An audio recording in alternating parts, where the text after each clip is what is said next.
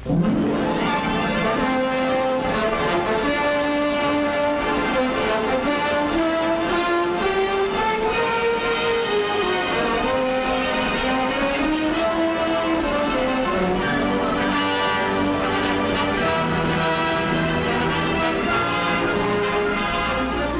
locked doors in almost 100 General Motors plants throughout the country lie thousands of secrets, military secrets that Hitler would give his best panzer divisions to know.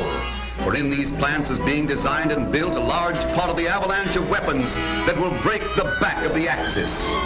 Training men for the tremendous job of making, using, and maintaining the tools of war is of primary importance as General Motors makes victory its business. Production mounts and new blood is added. Girls and women take their place in the line along with the men of industry. New hands, new tools, new plants, working 24 hours a day, 7 days a week. For General Motors has undertaken to produce more than 10% of all war material fabricated from metal. Thousands of workmen in 4 GM divisions turn out machine guns on a mass production basis. Output is months ahead of schedule. And above the clattering death sting of machine guns will also sound the loud cough of cannon, anti-aircraft cannon, rapid-fire cannon. Each will carry with it the perfection and endurance of General Motors workmen. Trucks that are the workhorses of today's mechanized forces are sent by GM workers to every part of the world where there is action, where they are needed to win our fight. Trucks to keep our armed forces rolling on to Tokyo and Berlin. A word for power is diesel.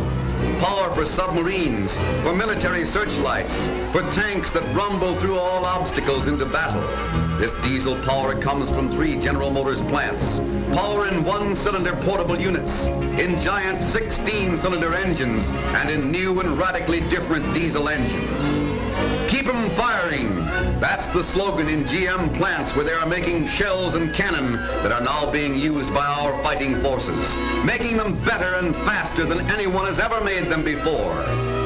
In another General Motors division, thousands of workers are turning out cartridge cases for shells that are bursting in the faces of the enemies of freedom.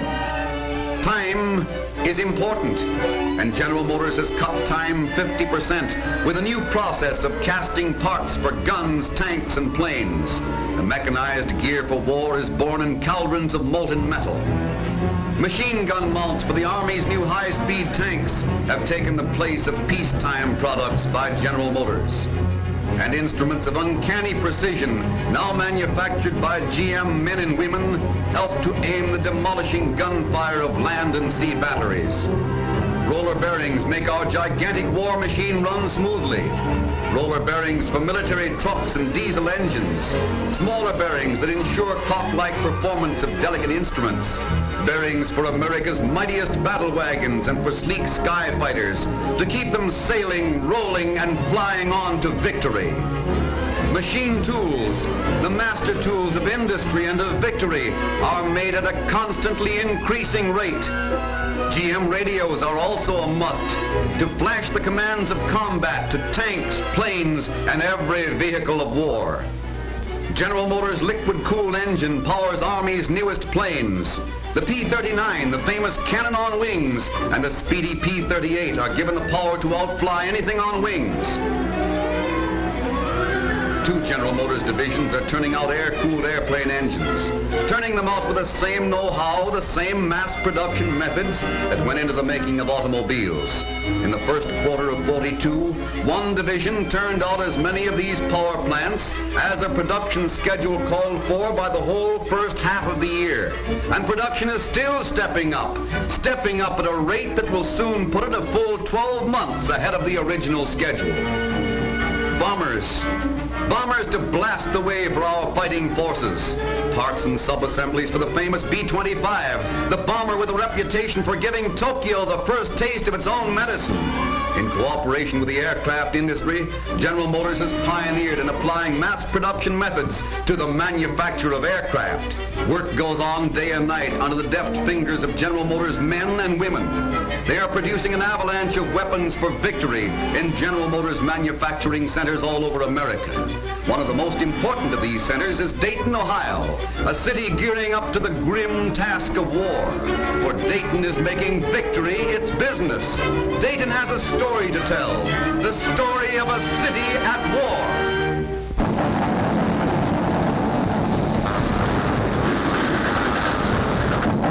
The people of Dayton make the implements of war.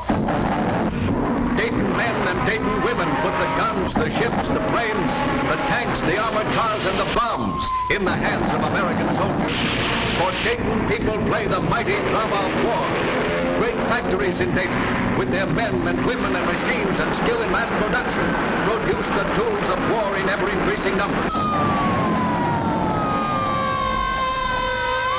Men and women in the plants of General Motors in Dayton are arming America. This is Dayton. Its workers, its machines, its plants, its management. Giving land, sea, and air forces the tools with which to fight for victory. The men and women of these plants in Dayton put 1,000 parts in fighting planes. Big parts and little parts, vital parts, from landing gear to propeller, from controls to engine. The people of Dayton make the bomb releases, make the hydraulic parts that open bomb doors, make the fuses that set off the kiss of death. A gift from Mr. and Mrs. Dayton straight to the enemy. These are the tools we give our men somewhere over enemy lands, turning back the tide of tyranny and hate. We make parts for terrors of the sea, bearings, generators, parts for diesel engines that power Navy's might. We of Dayton, from our great plants, send out the guns to fighting men, big and little guns with which they terrorize and hold, drive back and win.